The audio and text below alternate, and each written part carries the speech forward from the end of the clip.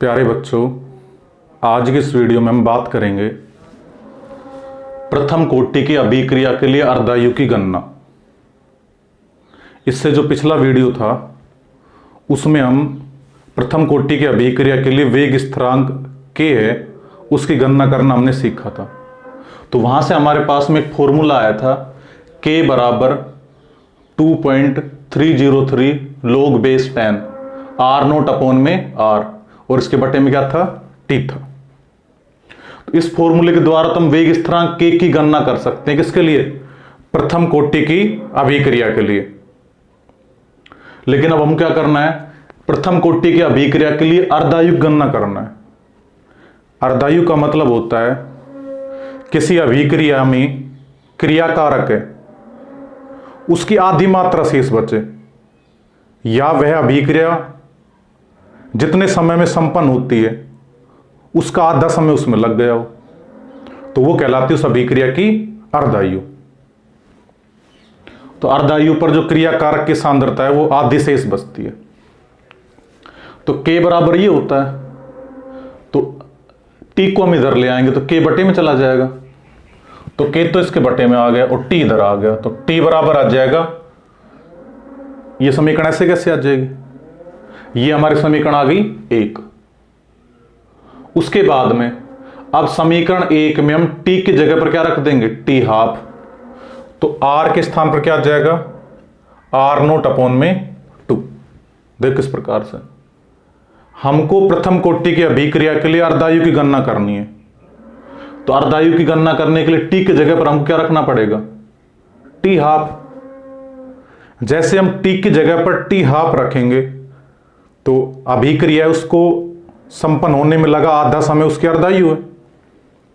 तो जैसे ही समय को आधा करेंगे तो जो हमारी क्रिया कारक की सांद्रता थी वो भी कितनी बचेगी, आधी। तो r0 में अगर 2 का भाग लगा दें तो आधी सांद्रता आती, क्योंकि r0 होती है क्रिया कारकों की प्रारंभिक सांद्रता जब समय 0 होता है। मैंने आपको पहले बताया था, जब समय 0 होता है तो क्रिया कारक की सांद्रता को हम क्या मानते हैं, r0।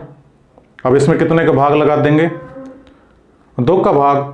जैसे हम 2 का भाग लगाएंगे तो जो क्रिया कारकों की प्रारंभिक सांद्रता थी उसकी आधी हो गई। तो जब भी आपको t की जगह पर t हाफ रखोगे तो जो r है उसके स्थान पर क्या रखोगे, r0 अपॉन में 2। उसके बाद में अब इस समीकरण में t की जगह पर तो मैंने t हाफ रख दिया, तो जो हमारा r था उसके स्थान पर क्या आ गया, r0 अपॉन में 2। उसके बाद में ये r0 से ये r0 कैंसिल हो जाएगा, तो t हाफ बराबर क्या आ गया, 2.303 log बेस 10। अब यहां कितना बचा, 2, और बटे क्या आ गया, k। अब यहां बस log 2 का मान रख दो, log 2 का मान होता है 0.3010 होता है, तो ये मैंने मान रख दिया इसका, केवल log 2 का मान, k ऐसा कैसा आ जाएगा। तो इन दोनों का आप जब गुणा करोगे तो ये आंसर आ जाएगा 0.693 अपॉन में k। तो ये आगा हमारे लिए प्रथम कोटि की अभिक्रिया की अर्धायु। तो प्रथम कोटि की अभिक्रिया की जो अर्धायु है वो क्या होती है, t हाफ बराबर होता है 0.693 अपॉन में k होती है। तो इस प्रकार हम बहुत आसानी से प्रथम कोटि की अभिक्रिया की जो अर्धायु की गणना कर सकते हैं। कुछ नहीं करना, दोबारा देख लो एक बार, बिल्कुल सिंपल चीजें हैं। k के लिए फॉर्मूला ये होता है, तो t के लिए निकालना, t इधर आ जाए, k बटे में चला गया, ये समीकरण आ गई। इसको हमने समीकरण 1 नाम दे दिया। अब समीकरण 1 में क्या करना है, t की जगह पर तो t हाफ रखना है और r की जगह पर r0 अपॉन में 2। तो जहां t था वहां t हाफ आ गया, और जहां r था वहां पर क्या आ गया, r0 अपॉन में 2। r0 से r0 कैंसिल हो गया, तो यहां कितना बचा, log बेस 10 2 बचा, बटे क्या है, k। अब log बेस 10 2 है, ये log 2 का मान कितना होता है, 0.3010, तो ये मान रख दिया हमने। इन दोनों का जब आप गुणा करोगे तो 0.693 अपॉन में k आ जाएगा। तो अगर हमको k पता हो तो हम t हाफ ज्ञात कर सकते हैं बहुत आसानी से। देखो इस पर आधारित एक न्यूमेरिकल देखते हैं हम। एक अभिक्रिया के लिए k बराबर 5.5 गुणा 10 की पावर -4 सेकंड इनवर्स है, तो इस अभिक्रिया की अर्धायु ज्ञात करो। पहली चीज तो हमको ये नहीं बता रखा कि ये अभिक्रिया कौन सी कोटि की है, कि शून्य कोटि की है, प्रथम कोटि की है, द्वितीय कोटि की। हमको नहीं पता इस चीज का कि कौन सी कोटि की अभिक्रिया है, उसकी हमसे अर्धायु पूछ रहा है। केवल इसने ये दे दिया कि एक अभिक्रिया के लिए k बराबर इतना है 5.5 गुणा 10⁻⁻⁴ सेकंड इनवर्स। अब आप खुद से सोचो, वेग स्थिरांक k है, इसका मात्रक सेकंड इनवर्स कौन सी कोटि की अभिक्रिया के लिए होता है? तो सेकंड इनवर्स जो मात्रक है वो प्रथम कोटि की अभिक्रिया के लिए होता है, मैंने आपको पहले बताया था। तो इस मात्रक से हमको पहचानना पड़ेगा k का जो मात्रक है वो हमको ये कौन सी कोटि की अभिक्रिया इसके बारे में बताता है। तो ये हमारी कौन सी कोटि की अभिक्रिया है? प्रथम कोटि की अभिक्रिया। और प्रथम कोटि की अभिक्रिया है, उसकी अर्धायु ज्ञात करने का फॉर्मूला हमारे पास ये रहा। तो t½ बराबर क्या होता है? 0.693 अपॉन में k। तो अब आपको क्या करना है, बस यहां पर k की वैल्यू रखनी है। तो k हमको दे रखा है, तो कितना आ जाएगा 0.693 अपॉन में k की वैल्यू कितनी है? ये k की वैल्यू रख दी मैंने, देखो दे रखी k की वैल्यू।